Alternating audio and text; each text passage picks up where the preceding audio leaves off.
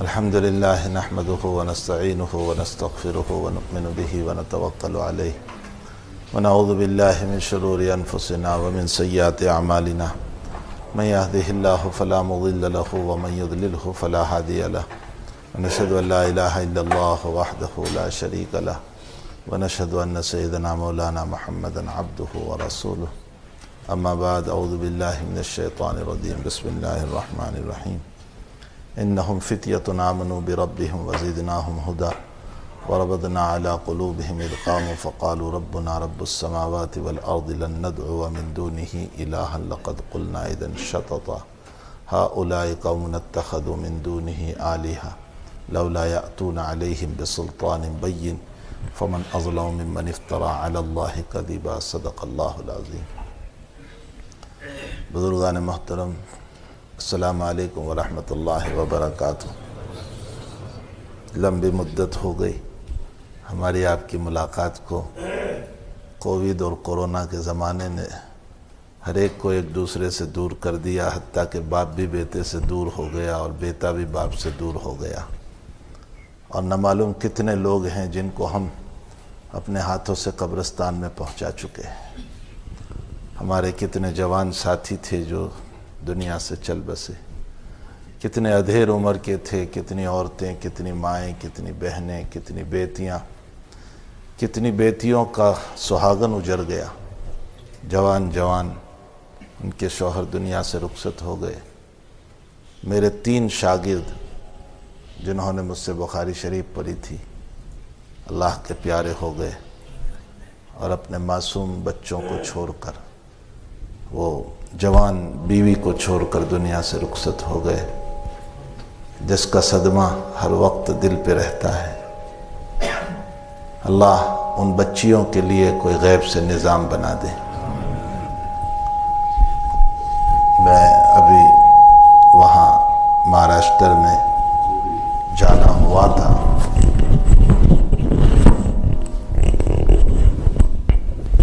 تو میں نے وہاں ایک بات کہی. میں نے کہا ہم ساری بیواؤں کے لیے کٹ کا نظام کرتے ہیں، کھانے کا نظام کرتے ہیں، لیکن وہ جوان ہیں، اس کے تقاضے ہیں، اس کے دکھرے ہیں جس کو سننے والا کوئی نہیں. اس کا انتظام کون کرے گا؟ اس کو دوسرے شوہر کی ضرورت ہے، اس کے معصوم بچوں پر ہاتھ رکھنے والوں کی ضرورت ہے جن کی عمریں 22 سال، 24 سال، 25 سال کی.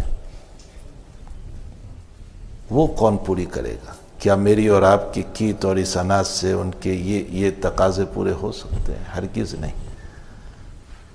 دعا بھی کریں امت کے لوگ، اس کی کوشش بھی کریں کہ ان جوان بچیوں کو پھر دوسرا جوڑا نصیب ہو جائے اور ایسے لوگ مل جائیں کہ جو ان کے سروں پر ہاتھ رکھ لیں، جو ان کو سنبھال لیں. کتنے ایسے ہیں کہ جو جوان ہمارے ایک شاگرد تھے ہاسپٹل میں کووڈ میں پیچھے سوئے ہوئے ہیں اور اگلے حصے کے اندر ان کے اہلیہ کو بچہ پیدا ہو رہا ہے اور وہ پیچھے سے کہلوا رہے ہیں کہ ابھی کوئی نام نہ رکھنا، میں 2-4 دن میں اچھا ہو کر گھر آؤں گا پھر میں نام رکھوں گا. اور اس لیے اپنے بچے کو دیکھ نہیں پائے کہ حالات ایسے تھے کہ کورونا میں کوئی قریب نہیں جا سکتا تھا، کوئی لے نہیں جا سکتا تھا، تو وہ اپنے بچے کو دیکھ بھی نہیں پائے. اور 4 دن ہوئے کہ وہ دنیا سے رخصت ہو گئے، اپنے معصوم کو دیکھ بھی نہیں پائے. ایسے واقعات ہیں، ایسے حالات بیچ میں آ گئے. اور ایسے بھی حالات آئے کہ اولاد جو ہے اپنے ماں باپ سے نفرت تک کرنے لگی.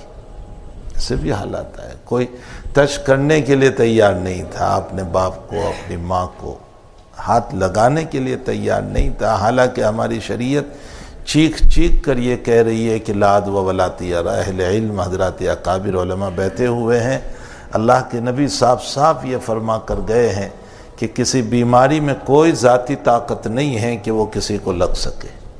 یہ ہے ہی نہیں، اسلام میں یہ بالکل نہیں ہے. صاف ستھری بات ہے، لاد و ولاتی ارا. لیکن دنیا نے اتنا ڈرا رکھا تھا کہ ایک صاحب کا ہمارے وہاں انتقال ہوا. ہم نے اس کے بیٹے کو فون کیا کہ آپ کے والد صاحب کا انتقال ہو گیا، ہم غسل دے دیں؟ تو کہا بہت اچھا، آپ غسل دے دیں. تو ہم نے غسل کفن کا نظام ان کا کر دیا، اور اس کے بعد ہم نے کہا کہ ہم ایمبولینس سے اب روانہ کر رہے ہیں یا آپ آ کر کے لے جائیں۔ فرمایا میں نہیں آتا، آپ بھیج دیجئے اور سیدھے قبرستان بھیجئے، ہمارے گھر نہ بھیجنا۔ یہ اولاد کا جواب ہے۔ تو بہت سارے لوگ جو ہیں ایسے ڈر چکے تھے کہ کوئی اپنے والد کو ہاتھ لگانے کے لیے تیار نہیں، کوئی ماں کو ہاتھ لگانے کے لیے تیار نہیں۔ عجیب و غریب مسائل تھے۔ اللہ اس طرح کی وبا اور بلاؤں سے ہم سب کی حفاظت فرمائے۔ بہرحال اسلام میں یہ بدفعلی کوئی چیز نہیں ہے کہ ایک کی بیماری دوسروں کو لگتی ہے، یہ کچھ نہیں ہے۔ اصل میں وہ آب و ہوا ایسی ہوتی ہے جس آب و ہوا کی وجہ سے لگ جاتا ہے، ورنہ بہت سے لوگ وہ ہیں کہ جنہوں نے 800 میت کو غسل دیا اور وہ زندہ ہیں۔ یہ میں ویسے ہی نہیں کہہ رہا ہوں، صورت میں ہیں وہ لوگ۔ 800 میت کو غسل دیا انہوں نے، وہ زندہ ہے، کچھ نہیں ہوا۔ تو حضور پاک صلی اللہ علیہ وسلم کا فرمان ہے لا عدوى ولا طیرہ، کوئی بیماری کسی کو نہیں لگتی، اللہ ہی کرنے والا ہے۔ ہمارے حضرت جی یوسف صاحب رحمۃ اللہ علیہ فرمایا کرتے تھے کہ دنیا دار الاسباب ہے، یہ سب اسباب جو ہیں ہمارے پاس وہ برتن ہیں، واسن ہیں۔ یہ برتن لے کر کے ہم بیٹھے ہوئے ہیں، باقی اس برتن میں ڈالنے والی وہی ذات ہے۔ وہ دکان کے برتن میں ڈالنا چاہے تو مالدار بنا دیتا ہے، دکان کے برتن میں نہ ڈالنا چاہے تو غریب بن جاتے ہیں، قرض دار ہو جاتے ہیں۔ وہ صحت کے برتن میں ڈالنا چاہیں تو ہم تندرست رہتے ہیں، وہ بیماری ڈال دیں تو ہم بیمار ہو جاتے ہیں۔ تو یہ برتن ہیں، یہ اسباب ہیں، باقی اس میں ڈالنے والی اللہ کی ذات ہے، مسبب الاسباب ہے۔ وہی سب کچھ کرتا ہے، وہی ساری چیزیں کرتا ہے، اسی پر ہماری نظر ہونی چاہیے اور اسی سے ہمارا تعلق اور محبت ہونی چاہیے۔ تو خیر بہرحال اللہ تعالیٰ نے پھر آپ بزرگوں سے ملاقات کرائی۔ اللہ تعالیٰ صحت اور عافیت کے ساتھ رکھے، اللہ تعالیٰ بیماریوں سے، وباؤں سے، بلاؤں سے سب کی اللہ حفاظت فرمائے۔ میں نے سورہ کہف کی کل ہی سورہ کہف رات میں تراویح میں گزری ہے، سوا پارہ یہاں بھی چلتا ہے نا، ہاں تو کل رات ہی گزری ہے سورہ کہف، آج ہے، اچھا تو میں جہاں تراویح پڑھ کے آیا وہاں کل تھی۔ تو بہرحال سورہ کہف کی یہ میں نے چند آیات پیش کی ہے، انہم فتیۃ، مجھے کوئی واقعہ نہیں سنانا ہے، مجھے اس کا ایک خلاصہ بیان کرنا ہے۔ یقیناً وذکر فإن الذکر تنفع المؤمنین، قرآن کہتا ہے نصیحت کرتے رہو، نصیحت فائدہ دیتی ہے، لیکن یہ بھی نہیں کہ روزانہ نصیحت کے لیے گھیر کر بیٹھے رہو، یہ بھی نہیں ہے۔ قرآن کہتا ہے نصیحت کرو لیکن وقتاً فوقتاً۔ عبداللہ ابن مسعود رضی اللہ تعالیٰ عنہ ہر جمعرات کو نصیحت فرماتے تھے، بیان فرماتے تھے۔ تو لوگوں نے کہا حضرت آپ کا بیان بہت اچھا ہوتا ہے، روزانہ کیجیے آپ۔ تو حضرت نے فرمایا کہ ہم نے بھی نبی علیہ السلام سے یہی درخواست کی تھی، بخاری شریف کتاب العلم کی روایت ہے، ہم نے بھی حضور پاک صلی اللہ علیہ وسلم سے یہی درخواست کی تھی کہ حضرت آپ روزانہ بیان دیجئے۔ حضرت نے فرمایا، حضرت تخول فرماتے تھے، یعنی مسلسل نہیں، کبھی کبھی ہفتے میں، اور فرمایا کراہیت السامۃ علینا، فرمایا تم اکتا نہ جاؤ، اگر روزانہ بیان کروں گا تو تم اکتا جاؤ گے۔ ظاہر سی بات ہے کہ یہ روزانہ ہی کے بیان کی وجہ سے سب اکتاہٹ پیدا ہوتی ہے کہ آدھے بیٹھتے آدھے چلے جاتے، اس کی وجہ یہ ہے کہ وہ جو ہم نے جو روزانہ کا مسئلہ بنا رکھا ہے نا، اس کی وجہ سے۔ تو کبھی کبھی مطلب یہ ہے کہ یہ نصیحت بہت کارگر ہوتی ہے۔ عبداللہ ابن مسعود فرماتے ہیں کہ میں بھی اسی لیے ہفتے میں ایک مرتبہ رکھتا ہوں تاکہ تم شوق سے جڑو اور شوق سے بات کو سنو۔ عبداللہ ابن مسعود بہت بڑے آدمی ہیں، بہت قدیم صحابہ میں سے، بہت پرانے صحابہ میں سے۔ ابو درداء رضی اللہ تعالیٰ عنہ فرماتے ہیں کہ ہمارے اندر مشہور تھا کہ عبداللہ ابن مسعود رضی اللہ تعالیٰ عنہ کے 3 لقب تھے۔ ایک لقب ان کا تھا ذات النعلین، صاحب النعلین۔ صاحب النعلین آپ کو اس لیے کہتے تھے کہ نبی علیہ السلام جب اپنی جوتیاں مبارک اور اپنے شوز مبارک نکالتے تھے تو ابن مسعود اپنے پاس رکھ لیتے تھے، اور جب حضرت کو چلنا ہوتا تھا تو پھر پہنا دیتے تھے، اس لیے آپ کو صاحب النعلین کہتے تھے۔ اس سے معلوم ہوا کہ اگر کوئی بزرگوں کی اپنے استاذ کی جوتیاں اٹھا کر کے لے لیں اپنے والد کی جوتیاں اٹھا کر کے لے لیں، اپنے کسی بڑے کی جوتیاں اٹھا کر کے اپنے پاس رکھ لیں، تو حدیث سے اس کا ثبوت ہے۔ یہ کوئی بدعت نہیں ہے، یہ جائز ہے۔ اسی طرح آپ کا لقب صاحب السواک بھی تھا، مسواک والا۔ حضرت جب مسواک فرماتے تھے تو عبداللہ ابن مسعود اپنے پاس رکھتے تھے حضرت کا مسواک، جب ضرورت پڑتی تھی تو پیش کرتے تھے، اس لیے آپ کو صاحب السواک بھی کہا گیا، اور آپ کو صاحب الوسادہ بھی کہا گیا، اس لیے کہ تکیہ اور بستر ابن مسعود ساتھ لے کر چلتے تھے، اور جب ضرورت پڑتی تھی حضرت نبی علیہ السلام کہیں بیٹھتے تھے تو بستر بچھا دیتے تھے، تکیہ رکھ دیا کرتے تھے، اس لیے آپ کو صاحب الوسادہ کہا گیا۔ اس سے معلوم ہوتا ہے کہ اگر کوئی اپنے بڑوں کی خدمت میں تکیہ لے کر چلے تو حدیث سے ثبوت موجود ہے، جائز ہے، بدعت نہیں ہے۔ یہ بعض لوگ نادانی کی بنیاد پر بزرگوں پر کوئی ساتھ چلتا ہے، استاذ پر، تو اس پر اشکال کرتے ہیں، حالانکہ یہ ثابت ہے۔ تو آپ صاحب النعلین بھی ہیں، صاحب الوسادہ بھی ہیں، اور صاحب السواک بھی ہیں۔ بہت بڑے صحابی ہیں، بہت بڑے، عبداللہ ابن مسعود رضی اللہ تعالیٰ عنہ۔ یہ فرماتے ہیں کہ کبھی کبھی نصیحت کے لیے جمع کیا کرو تاکہ ایمان اور اسلام کی توہین نہ ہو، ورنہ لوگ توہین کریں گے۔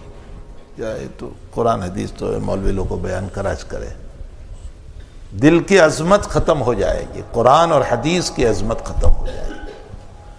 تو وذکر فإن الذکر تنفع المؤمنین، مومنین کو نصیحت کیجئے، بہت اچھا ہے، لیکن ہر وقت نہیں، اس کے لیے وقت مقرر کیا جائے۔ حضرت امام بخاری رضی اللہ تعالیٰ عنہ مستقلاً یہ مسئلہ ثابت فرماتے ہیں کتاب العلم کے اندر۔ تو میں نے سورہ کہف کی یہ آیات اس لیے پڑھی ہے کہ مجھے اس کا ایک خلاصہ بیان کرنا ہے، واقعہ نہیں، واقعہ تو آپ جانتے ہیں کہ وہ چند نوجوان تھے، جب ایمان لے کر کے اٹھتے ہیں تو آپ دیکھیں کہ ماحول مخالف ہے، آپ کے ملک مخالف، بادشاہ مخالف، حکومت مخالف، رشتہ دار مخالف، سارے لوگ مخالف ہیں، اور اس مخالف ماحول میں ایمان لے کر اٹھے، اور اس کے لیے ہجرت کرنی پڑی ان کو۔ اور ہجرت کوئی معمولی چیز نہیں ہے، بولنا آسان ہے کہ نبی علیہ السلام نے ہجرت فرمائی، صحابہ نے ہجرت فرمائی، بولنا بہت آسان ہے۔ الذین آمنوا والذین ہاجروا، اللہ تعالیٰ قرآن میں ان کی تعریف کرتے ہوئے فرماتے ہیں کہ میرے وہ صحابہ مکے کے مالدار تھے لیکن ہجرت کی بنیاد پر فقیر بن گئے۔ للفقراء المہاجرین الذین اخرجوا من دیارہم۔ اور حضرت جب ہجرت کر کے چلے ہیں تو مکہ کو خطاب کرتے ہوئے فرمایا کہ اے مکہ، میں تجھے چھوڑنا نہیں چاہتا تھا۔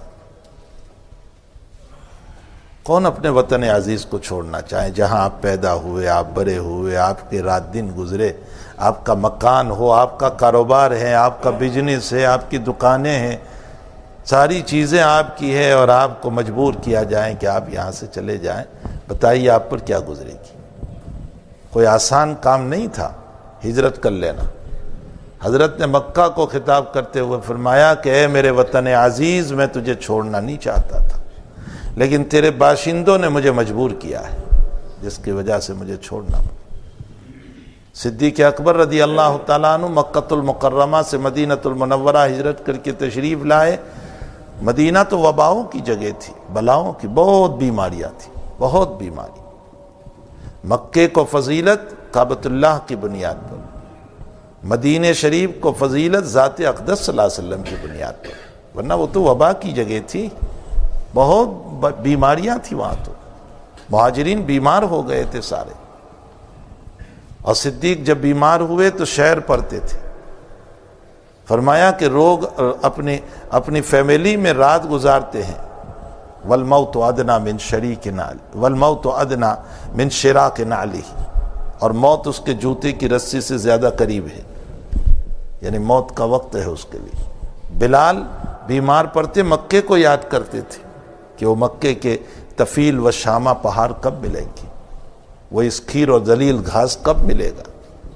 حضرت عائشہ نے فرمایا حضرت آپ کے صحابہ تو سب مکے کو یاد کر رہے ہیں، تو حضرت نے دعا فرمائی کہ اللہ مدینے کی وباؤں کو نکال کر جوحفہ بھیج دے، جوفہ آپ جب مدینے سے نکلتے ہیں نا تو ایک جگہ آتی ہے جوفہ، الجوفہ لکھا ہوا ہے۔ اب حافظ ابن حجر عسقلانی رحمۃ اللہ اس پر بہت بحث کی ہے کہ حضرت نے یہ کیوں دعا نہیں فرمائی کہ اللہ وباؤں کو ختم کر دے، یہ کیوں فرمایا کہ جوفہ بھیج دے، اور کسی اور جگہ کا نام لیا، جوفہ ہی کا نام کیوں لیا؟ اس پر لمبی بحث کی ہے بہرحال کتاب الحج کے اندر۔ تو مقام جوفہ پر بیماری کو بھیج دیا، اور حضرت نے اس کا نام طابہ، طیبہ، مدینہ، یہ سارے نام رکھے۔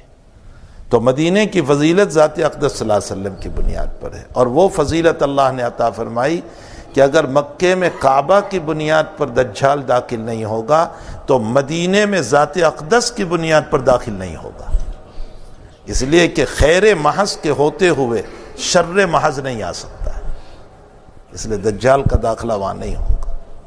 اور ریاض الجنہ جو ہے نا، جو جگہ ہے، اب اس کو کیوں کہتے ہیں ریاض الجنہ؟ بعض محدثین تو فرماتے ہیں کہ یہ جگہ جنت سے آئی ہے۔ تو سوال یہ ہوتا ہے کہ جنت سے آئی ہے تو جنت میں بھوک نہیں لگتی، یہاں تو بھوک لگتی ہے۔ تو اس کا جواب دیا کہ جب دنیا میں آ گئی تو دنیا کا اصل لے لیا اس نے، اس لیے بھوک پیاس لگتی۔ لیکن ہمارے حضرت مولانا یوسف صاحب بنوری رحمۃ اللہ علیہ فرماتے ہیں کہ میں 12 گھنٹے ریاض الجنہ میں بیٹھا، بھوک تو درکنار، مجھے پیاس بھی نہیں لگی۔ بزرگوں کا حال ہے، مجھے پیاس تک نہیں لگی۔ اور بعض کہتے ہیں کہ جو وہاں عبادت کرے گا وہ ضرور جنت میں جائے گا۔ ریاض الجنہ میں جو عبادت کرے گا، جو موقع مل جائے، 2 رکعت، 4 رکعت، 5، 6 رکعت، لیکن مکروہ وقت میں نہ پڑھیں۔ مسئلہ واقفیت نہیں ہے، عصر کے بعد بھی موقع ملتا ہے تو نفل پڑھنے کھڑے ہو جاتے ہیں۔ ارے بھائی عصر کے بعد کوئی نفل نہیں ہے، وہاں کسی جگہ نہیں ہے عصر کے بعد کون سی نفل۔ اگر عصر کے بعد موقع ملا ہے، اب تو چونکہ وہ اس سے جانا ہوتا ہے نا، اجازت لینا پڑتا ہے، تو بعضوں کو عصر کے بعد وقت ملتا ہے تو اب عصر کے بعد بھی نفل پڑھتے ہیں۔ عصر کے بعد کوئی نفل نہیں۔ ابن عباس فرماتے ہیں کہ ہم حضرت عمر کے ساتھ، امیر المؤمنین کے ساتھ کورا لے کر گھومتے تھے، عصر کے بعد کوئی نماز پڑھتا تو نفل ہم مارتے تھے اس کو، عصر کے بعد کوئی نفل نہیں۔ تو اب کیا کریں گے؟ ریاض الجنہ میں بیٹھ کر قرآن پڑھو، یہ بھی عبادت ہے، قرآن پڑھو وہاں بیٹھ کر۔ بہرحال جو وہاں عبادت کرے گا وہ جنت میں جائے گا۔ اور تیسرا قول یہ ہے کہ یہ جگہ خود جنت میں جانے والی ہے، اللہ تعالیٰ اس کو جنت میں لے جائے گا۔ ہمارے علامہ انور شاہ صاحب کشمیری رحمۃ اللہ علیہ فرماتے ہیں کہ یہ سارے جوابوں کے ساتھ ایک حکمت مجھ کو یہ سمجھ میں آتی ہے کہ اللہ نے اس زمین کو جنت کا باغ اس لیے کہا کہ جو ذات اقدس سوئی ہوئی ہے وہاں پر جناب رسول اللہ صلی اللہ علیہ وسلم، آپ کا بدن مبارک اور جسد اطہر جس زمین سے لگا ہوا ہے، وہ جسد اطہر جب کعبہ سے افضل ہے اور عرش سے افضل ہے تو اس کے پڑوس کی زمین جنت کے برابر کیوں نہیں ہو سکتی؟ اس لیے فرمایا ما بین بیتی و منبری روضۃ من ریاض الجنہ، میرا مکان اور میرے ممبر کے بیچ کی جگہ جو ہے نا وہ ریاض الجنہ ہے۔ تو جسد اطہر کی زمین کے ساتھ یہ زمین لگی ہوئی۔ خیر بہرحال، اور رمضان کی فضیلت روزوں کی بنیاد پر نہیں، رمضان کی فضیلت قرآن کی بنیاد پر ہے۔ شہر رمضان الذی انزل فیہ القرآن، رمضان کا مہینہ جس میں ہم نے قرآن اتارا۔ معلوم ہوتا ہے اللہ یہ بتانا چاہتا ہے کہ رمضان کی فضیلت قرآن کی بنیاد پر ہے۔ الذی انزل فیہ القرآن، یہ فضیلت کی طرف اشارہ ہے۔ اور جب قرآن کی بنیاد پر فضیلت ہے تو پھر کثرت سے تلاوت کرنا چاہیے۔ مبارک مہینے میں ہمارے حضرت شیخ رحمۃ اللہ علیہ مولانا زکریا صاحب کے باب میں ہم نے ہمارے حضرت سے خود سنا کہ حضرت روزانہ ایک قرآن پورا فرماتے تھے۔ حضرت شیخ مولانا زکریا صاحب رحمۃ اللہ علیہ، جنہوں نے دیکھا ہوگا، یہ بڑے لوگ جو ہیں حضرت شیخ کو دیکھا ہوگا، ان کی خدمت میں جاتے ہوں گے، رمضان میں روزانہ ایک قرآن پورا کرتے تھے۔ اور ترتیب بتاؤں کیسے پورا کرتے تھے؟ جو 1.25 پارہ تراویح میں چلتا تھا، حضرت اسی 1.25 پارے کو 30 مرتبہ پڑھتے تھے، اس 1.25 پارے کو 30 مرتبہ۔ تو روزانہ 1.25 پارہ 30 مرتبہ پڑھتے رہو تو 27 تک میں 30 قرآن پورے ہو جائیں گے، اور اس کے بعد کے دنوں میں باقی قرآن۔ یہ حضرت کا معمول تھا۔ تو رمضان میں کثرت سے قرآن پڑھنا چاہیے، ہمیں اپنا مشغلہ بنانا چاہیے۔ خیر میں تو یہ کہہ رہا تھا کہ یہ جو انہم فتیۃ آمنوا، یہ چند نوجوان جو ایمان لائے، تو آپ نے ہجرت کی، اور ہجرت بھی کہاں کی؟ کوئی شاندار جگہ پر نہیں، غار میں، گوفا میں۔ اور جب گوفا میں یہ پہنچے تو اللہ تعالیٰ نے 300 سال سلا دیا، اور اوپر سے اللہ کہہ رہا ہے وَازْدَادُوا 9۔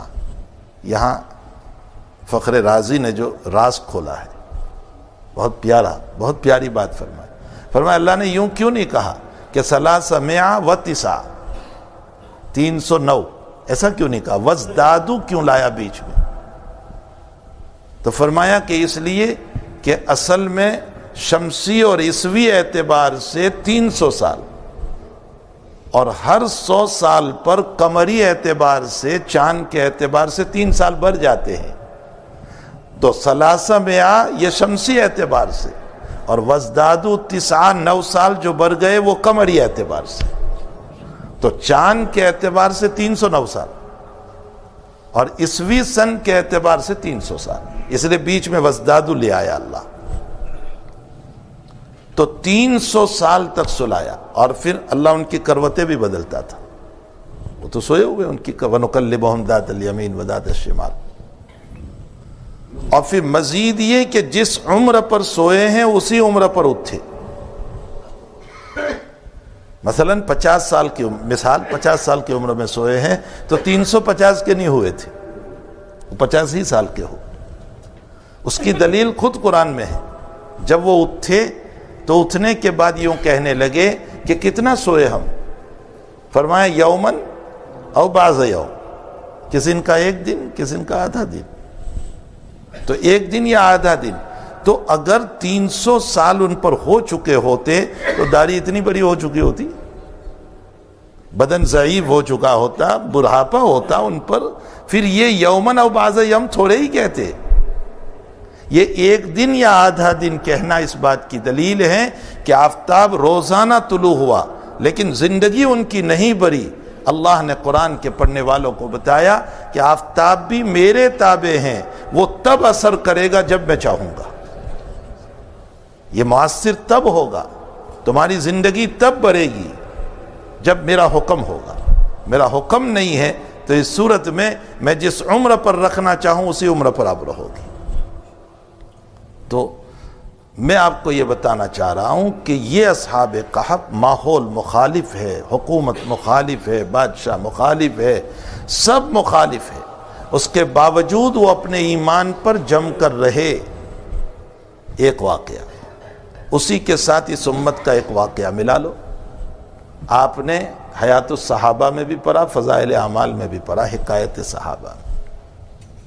وہ واقعہ ہے کعب بن مالک رضی اللہ تعالیٰ عنہ کا۔ آپ تبوک میں نہیں جا سکے تھے، اور نہ جانے کی وجہ صرف سستی، کاہلی، اور کوئی وجہ نہیں تھی، کاہل ہو گئے تھے، سستی آ گئی تھی۔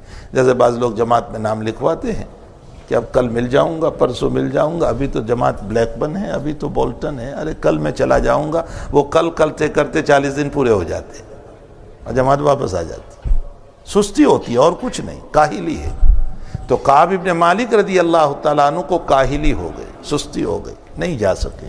حضرت واپس تشریف لے آئے، منافقین نے اپنے اپنے اعذار پیش کیے، نبی نے ظاہر کو سن لیا، باطن اللہ کے حوالے، یعتذرون الیکم اذا رجعتم الیہم قل لا تعتذروا۔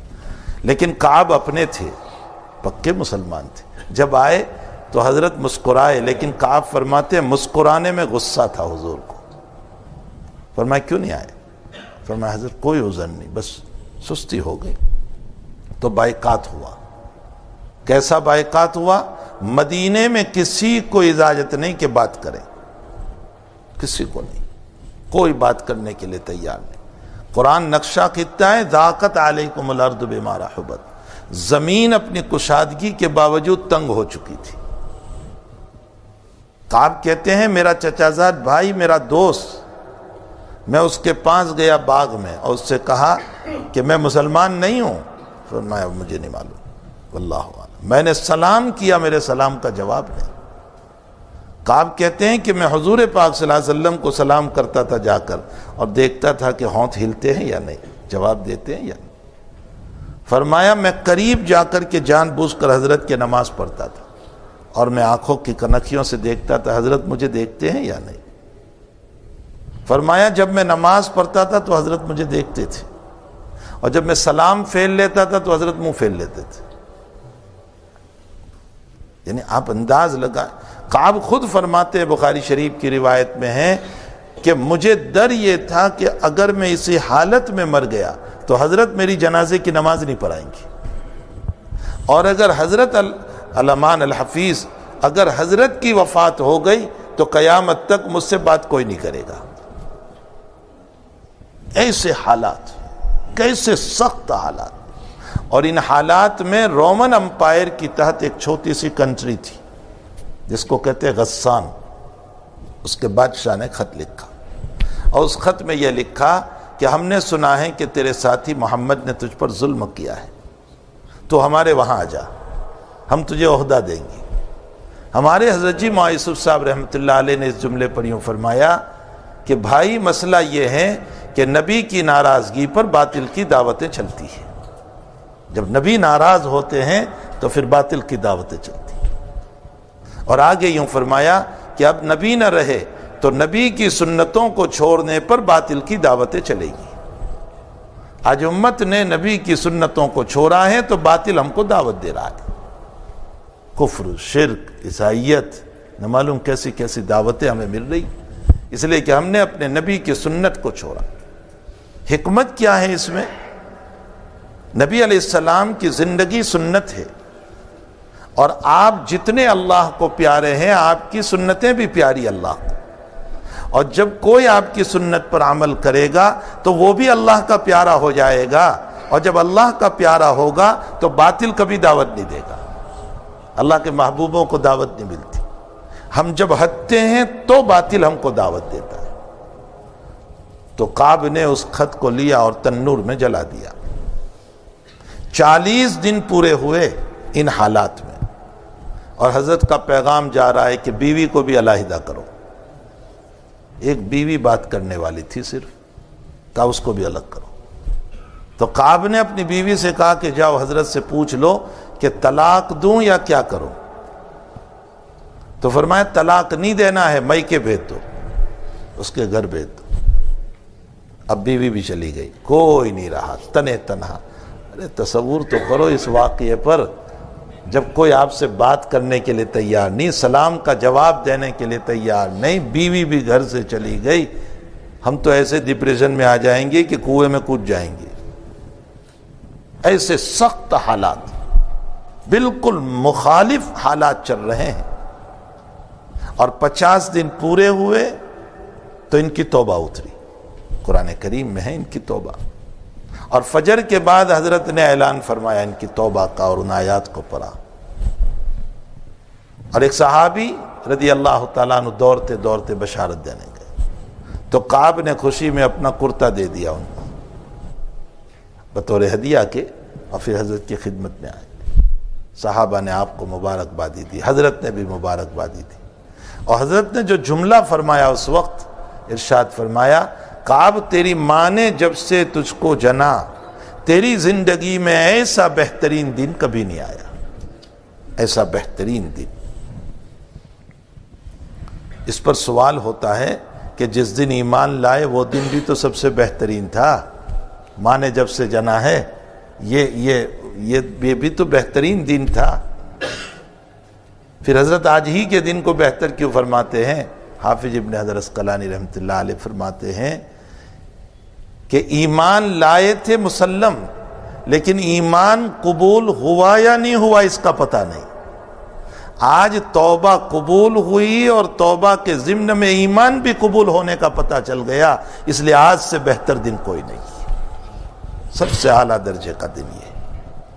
ایمان لائے تھے، کوئی وحی تھوڑے ہی اتری تھی کہ ایمان قبول ہو گیا آپ کا، لیکن آج پتہ چل گیا کہ توبہ قبول، ایمان بھی قبول تمہارا، اس لیے آج سے بہتر دن کوئی نہیں۔ مجھے صرف اس واقعے سے یہ بتانا ہے کہ کیسا مخالف ماحول تھا کعب بن مالک کے لیے، لیکن اس کے باوجود اللہ اس کے رسول کو نہیں چھوڑا، اپنے ایمان پر ڈٹے رہے کہ جو حالات ہو، لیکن نہ نماز چھوڑی، نہ روزہ چھوڑا، نہ عبادت چھوڑی، نہ اخلاق چھوڑے، نہ نبی علیہ السلام کو چھوڑا، نہ اللہ کو چھوڑا، کسی کو نہیں۔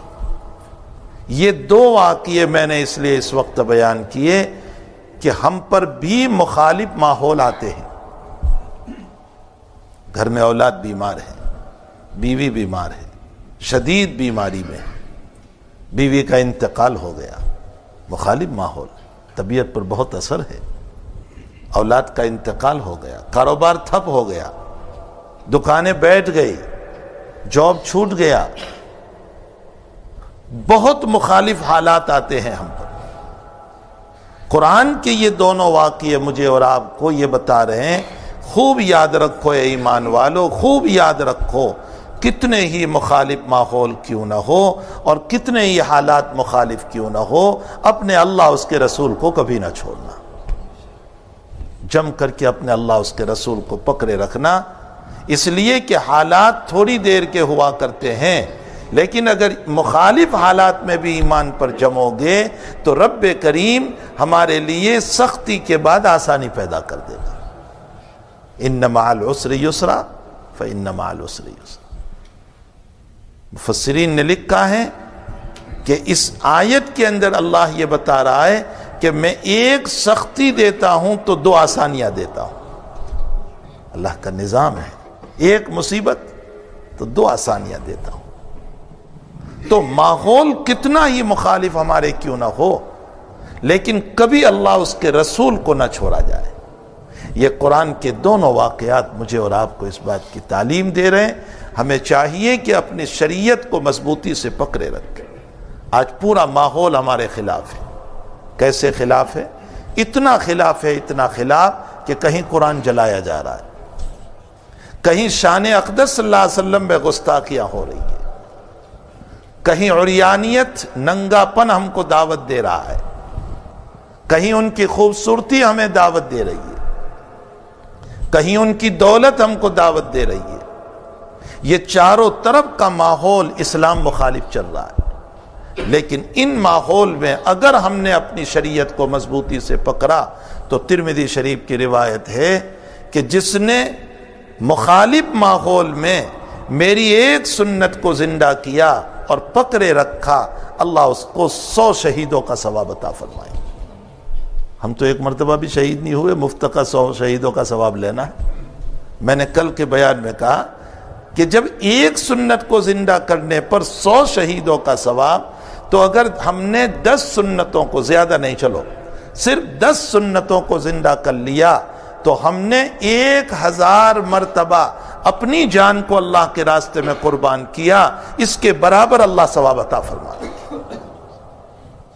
یہ ترمذی شریف کی روایت ہے کہ جس نے ایک سنت کو زندہ کیا، اللہ تعالیٰ اس کو 100 اجر شہید، اس کو اللہ تعالیٰ 100 شہیدوں کا ثواب عطا فرماتے۔ اس لیے ماحول کتنا ہی مخالف کیوں نہ ہو، ہمیں چاہیے کہ ان غموں کے اندر، ان حالات میں، ان پریشانیوں میں، چاہے بچے بیمار ہو، بیوی کا انتقال ہو جائے، کچھ بھی ہو۔ ہمارے حضرت شیخ رحمۃ اللہ علیہ کے باب میں نے جگہ جگہ واقعہ بیان کیا، حضرت شیخ کے بیٹی کا انتقال ہو گیا، مولانا زکریا صاحب رحمۃ اللہ علیہ کی انتقال ہوا تھا فجر کے وقت۔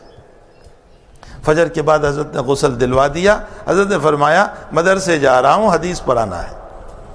گھر میں بیٹی کا جنازہ ہے، فرمایا مدرسے جا رہا ہوں، حدیث پڑھانا ہے، اور حدیث پڑھانے چلے گئے اور 11 بجے تک سبق پڑھایا، اور اس کے بعد مدرسے ہی سے کہلوایا جنازہ قبرستان لے آؤ، میں نماز پڑھا دوں تاکہ تدفین ہو جائے۔ سبق پڑھایا حدیث شریف کا، اور اس کے بعد دفن نماز پڑھا دی۔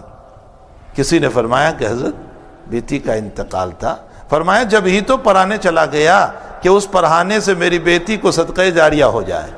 اللہ اکبر، جب ہی تو چلا گیا پڑھانے کہ بیٹی کو صدقہ جاریہ ہو جائے۔ اس لیے گھروں کے انتقال، گھروں کی بیماریاں، دکان کا نہ چلنا، کاروبار کا نہ چلنا، جاب کا نہ ملنا، حالات اور مصائب اور پریشانیاں اور ماحول کا مخالف ہونا ہمیں اپنے اللہ اس کے رسول سے دور نہ کریں، ہم جمے رہیں۔ اور آخری بات میرے بھائیو یہ یاد رکھیں، اگر معاصی میں ہم چلے گئے، اللہ حفاظت فرمائے ہماری۔ معاصی میں اگر ہم چلے گئے اور کسی پر حالات نہیں آتے تو وہ یہ نہ سمجھیں کہ کوئی حرج نہیں ہے، کس نے کہا کہ معاصی سے حالات آتے ہیں، یہ غلط سوچ ہے۔ بہت سے لوگ یہ سوچتے ہیں کہ بھلا نہ میری دولت گئی نہ میری عزت گئی، میں تو اتنے گناہ کر رہا ہوں، بہت گناہ کر رہا ہوں، بہت گناہ کر رہا ہوں، کچھ بھی نہیں، میری تو کوئی چیز گئی ہی نہیں ابھی تک۔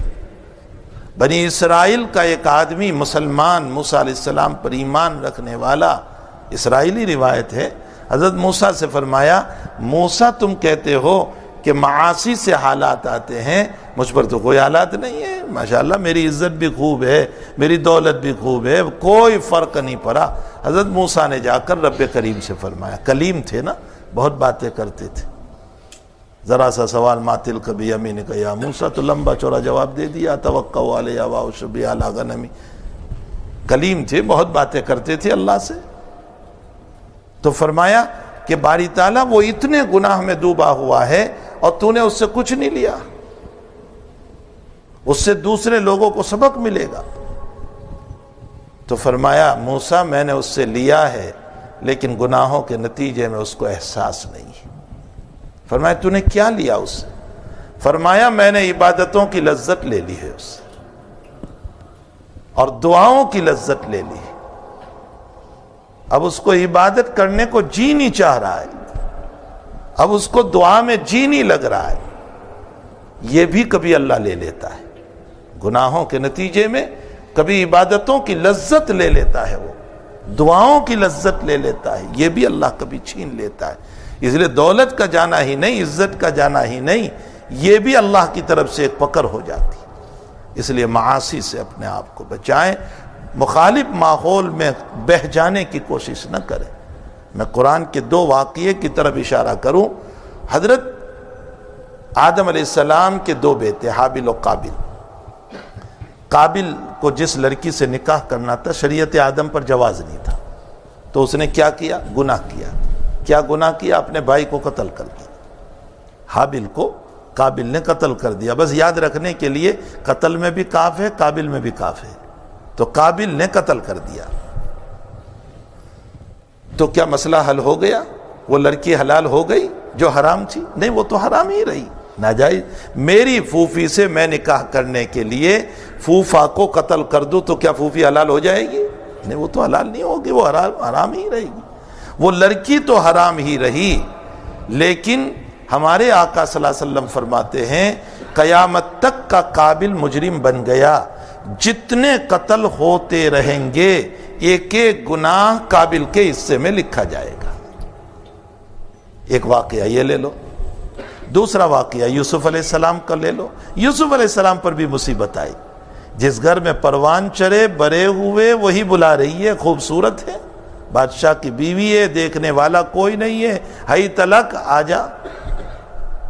اور یوسف کہہ رہے ہیں معاذ اللہ انہ ربی احسن مثوایا، اللہ کی طرف رجوع کر لیا۔ قرآن ان دونوں واقعوں کو نقل کر کے مجھے اور آپ کو یہ سمجھانا چاہ رہا ہے، اے لوگو اگر مصیبت تمہارے اوپر آئے، حالات آئیں، پریشانیاں آئیں، تو ان حالات اور مصیبت میں اگر تم قابل کی طرح گناہ کا قدم اٹھاؤ گے اور گناہ کر کے مصیبت کو حل کرنے جاؤ گے تو مصیبت حل نہیں ہوگی، بلکہ قابل کی طرح اور مصیبت میں پھنستے چلے جاؤ گے۔ کچھ سمجھ میں بھی آیا؟ اگر مصیبت کا حل گناہ سے کیا، ہم نے معاصی سے کیا، تو ہم مصیبت میں اور پھنستے چلے جائیں گے، جیسے قابل قیامت تک کا مجرم بن گیا۔ اور اگر حالات اور مصائب اور پریشانیاں آئیں اور ان حالات پریشانی اور مصائب میں اگر ہم یوسف علیہ السلام کی طرح رجوع اللہ کریں گے، اللہ سے مدد مانگیں گے، تو حق تعالی نے جیسے یوسف کے لیے مصیبت میں دروازے کھول دیے، ہمارے لیے بھی دروازے کھول دے گا۔ یہ 2 واقعے جو ہیں قرآن کریم کے ہمیں بہت کچھ نصیحت کر رہے ہیں۔ میری بات کا خلاصہ یہ ہے، مخالف ماحول میں بھی اپنے رب کو فراموش نہ کریں، اپنی شریعت کو فراموش نہ کریں، اس پر جمے رہیں، حالات کچھ بھی ہو اپنے دین کو کبھی نہ چھوڑیں۔ انشاءاللہ ایک دن اللہ فتح و نصرت کے دروازے کو کھول دے گا۔ اللہ مجھے اور آپ کو قرآن کریم کی ان تعلیمات پر عمل کی توفیق عطا فرمائے۔ الحمدللہ رب العالمین الرحمن الرحیم مالک یوم الدین، سبحان اللہ و بحمدہ سبحان اللہ العظیم، سبحانک اللہم و بحمدک و تبارک اسمک و تعالی جدک و لا الہ غیرک، اللہم صلی علی سیدنا حبیبنا و شفیعنا و سندنا مولانا محمد و بارک وسلم۔ اے اللہ، قبولیت کا وقت ہے، افطار پر تو دعائیں قبول کرتا ہے، مولا ہم سب کی دعائیں قبول فرما لے، اللہ ہماری دعائیں قبول فرما لے، اللہ ہمیں معاف فرما دے، ہماری جلوت و خلوت کو معاف فرما، ہمارے ظاہر و باطن کو معاف فرما، ہمارے رات اور دن کو معاف فرما۔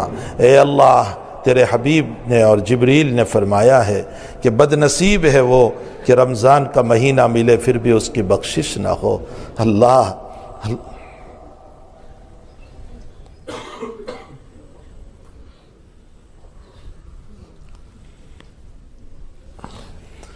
کہیں ایسا نہ ہو کہ ہمارا مہینہ گزر جائے اور تیری طرف سے ہماری بخشش بھی نہ ہو۔ ہمیں معاف فرما دے، ہمیں معاف فرما دے، ہمیں معاف فرما دے، ہمیں معاف فرما دے، اللہ ہمیں معاف فرما دے۔ ہم تجھ سے معافی کی بھیک مانگ رہے ہیں، ہمیں توبہ پہ استقامت عطا فرما، ہمیں توبہ پہ استقامت عطا فرما۔ اے اللہ، ہمیں ساجدین میں سے بنا، ہمیں عابدین میں سے بنا، ہمیں تائبین میں سے بنا، ہمیں مصلیین میں سے بنا۔ اے اللہ، ہمیں محبوبین میں سے بنا۔ اے اللہ، تو جن بندوں سے پیار کرتا ہے ان میں سے ہم کو بھی بنا دے، ہمیں بھی بنا دے، اللہ ہمیں بھی بنا دے۔ تیرا کچھ نہیں بگڑے گا، ہم تیرے محبوب بن جائیں گے۔ اے اللہ، تیرے عبادت کرنے والے تو بہت ہیں لیکن ہمارا تیرے علاوہ کوئی نہیں ہو سکتا ہے۔ تو ہی رب، تو ہی پالنہار، تو ہی مربی۔ ہمارے سارے مسائل و مصائب کو حل فرما دے۔ اے اللہ، سارے مسائل و مصائب کو حل فرما دے۔ اللہ، اس مہینے میں تو لاکھوں کو معاف کر رہا ہے، ہمیں بھی معاف فرما دے۔ ہمارے والدین کو معاف فرما، ہمارے اقارب رشتہ داروں کو معاف فرما، ہمارے اہل و عیال کو معاف فرما، ہمارے بیوی بچوں کو معاف فرما۔ اے اللہ، جو محبت اور تعلق رکھتے ہیں معاف فرما۔ اے اللہ، ہمارے مشائخ کو معاف فرما، ہمارے اساتذہ کو معاف فرما۔ اے اللہ، پوری امت مسلمہ کو معاف فرما۔ اے اللہ، پوری امت مسلمہ کو معاف فرما۔ اے الہ العالمین، بیماروں کو شفا عطا فرما۔ اے اللہ، بیماروں کو شفا عطا فرما۔ اے اللہ، مہلک بیماریوں سے ہماری بھی حفاظت فرما۔ اے اللہ، محتاجگی والی بیماریوں سے حفاظت فرما۔ اے اللہ، پریشان کن بیماریوں سے حفاظت فرما، اور جو بیچارے مبتلا ہے سب کو شفا عطا فرما۔ اے اللہ، تمام مرحومین کی مغفرت فرما، تمام مرحومین کی مغفرت فرما، مومنین و مومنات کی مغفرت فرما، سب کی قبروں کو نور سے منور فرما، سب کے درجات کو بلند فرما۔ اللہ، تیرے پاس آنا تو ہے ہی، ہم کو بھی آنا ہے، یقیناً ہم کو بھی آنا ہے، لیکن اے اللہ، آپ سے بہت التجا ہے۔ اللہ، ہمیں مجرم کی طرح نہ بلانا، ہمیں مجرم کی طرح نہ بلانا جو ذلتیوں کے ساتھ بلایا جاتا ہے، جس کو جیل میں ڈالنے کے بعد کپڑے بھی نکال لیے جاتے ہیں۔ اللہ، ہمیں ایسے نہ بلانا، ہمیں قطران کے کپڑے نہ پہنانا، ہمیں گندک کے کپڑے نہ پہنانا، ہمیں باندھ کر نہ بلانا۔ اللہ، ہمیں اکرام کے ساتھ بلانا، ہمیں مہمانوں کی طرح بلانا، ہمیں اے اللہ فادخلی فی عبادی کے پروانے کے ساتھ بلانا، وادخلی جنتی کے پروانے کے ساتھ بلانا۔ اے اللہ، ہمارا اکرام کے ساتھ بلا لینا۔ اے اللہ، تو نے کہا ہے میں روزے داروں کو باب الریان سے داخل کروں گا، ہم سب کو بھی داخل کر دینا۔ اللہ، تیرے نزدیک روزے داروں کی منہ کی بدبو پسندیدہ ہے مشک سے زیادہ، ہماری بدبو کو بھی پسند فرما لے، پسند فرما لے۔ اللہ پسند فرما لے، اور ان توتے ہوئے روزوں پر مغفرت فرما دے، مغفرت فرما دے۔ اے اللہ، پریشان حالوں کی پریشانیوں کو دور فرما، بے قصور قید و بند میں رہائی عطا فرما، بے اولادوں کو اولاد عطا فرما، بے نکاحوں کے نکاح کا انتظام فرما، اولاد والوں کے اولادوں کو نیک صالح بنا، مطیع اور فرما بردار بنا، ماں باپ کی وفادار بنا۔ اے اللہ، قرآن و حدیث پر چلنے والی بنا۔ اے الہ العالمین، جن کے گھروں میں جھگڑے ہیں جھگڑوں کو ختم فرما، آپس میں محبتیں اور پیار پیدا فرما۔ اے اللہ، تیرے یہ بندے اور تیری بندیاں تیرے سامنے محتاج بن کر کے بیٹھے ہیں، اللہ سب کو قبول فرما لے، سب کو قبول فرما لے، قبولیت سے مالا مال فرما دے، اپنے در سے خالی ہاتھ واپس نہ پھیر، اپنے در سے خالی ہاتھ واپس نہ پھیر، رحمان رحم کا معاملہ فرما، اکرم الاکرمین کرم کا معاملہ فرما، غفور الرحیم مغفرت کا معاملہ فرما، ارحم الراحمین رحم کا فیصلہ فرما۔ اللہ جو مانگا اپنے فضل سے عطا فرما، نہیں مانگا اپنے فضل سے نصیب فرما۔ اے اللہ جس کی آمین تجھے پیاری ہے، یہ تیرے پیارے بندے اور تیری پیاری بندیاں جو ہاتھ اٹھا کر بیٹھے ہوئے ہیں، کسی کی آمین تو تجھے پیاری ہوگی، اس کی آمین کے ساتھ ہم سب کی آمینوں اور دعاؤں کو قبول فرما لے، آمین یا رب العالمین۔ وصلی اللہ علی النبی الکریم برحمتک یا ارحم الراحمین۔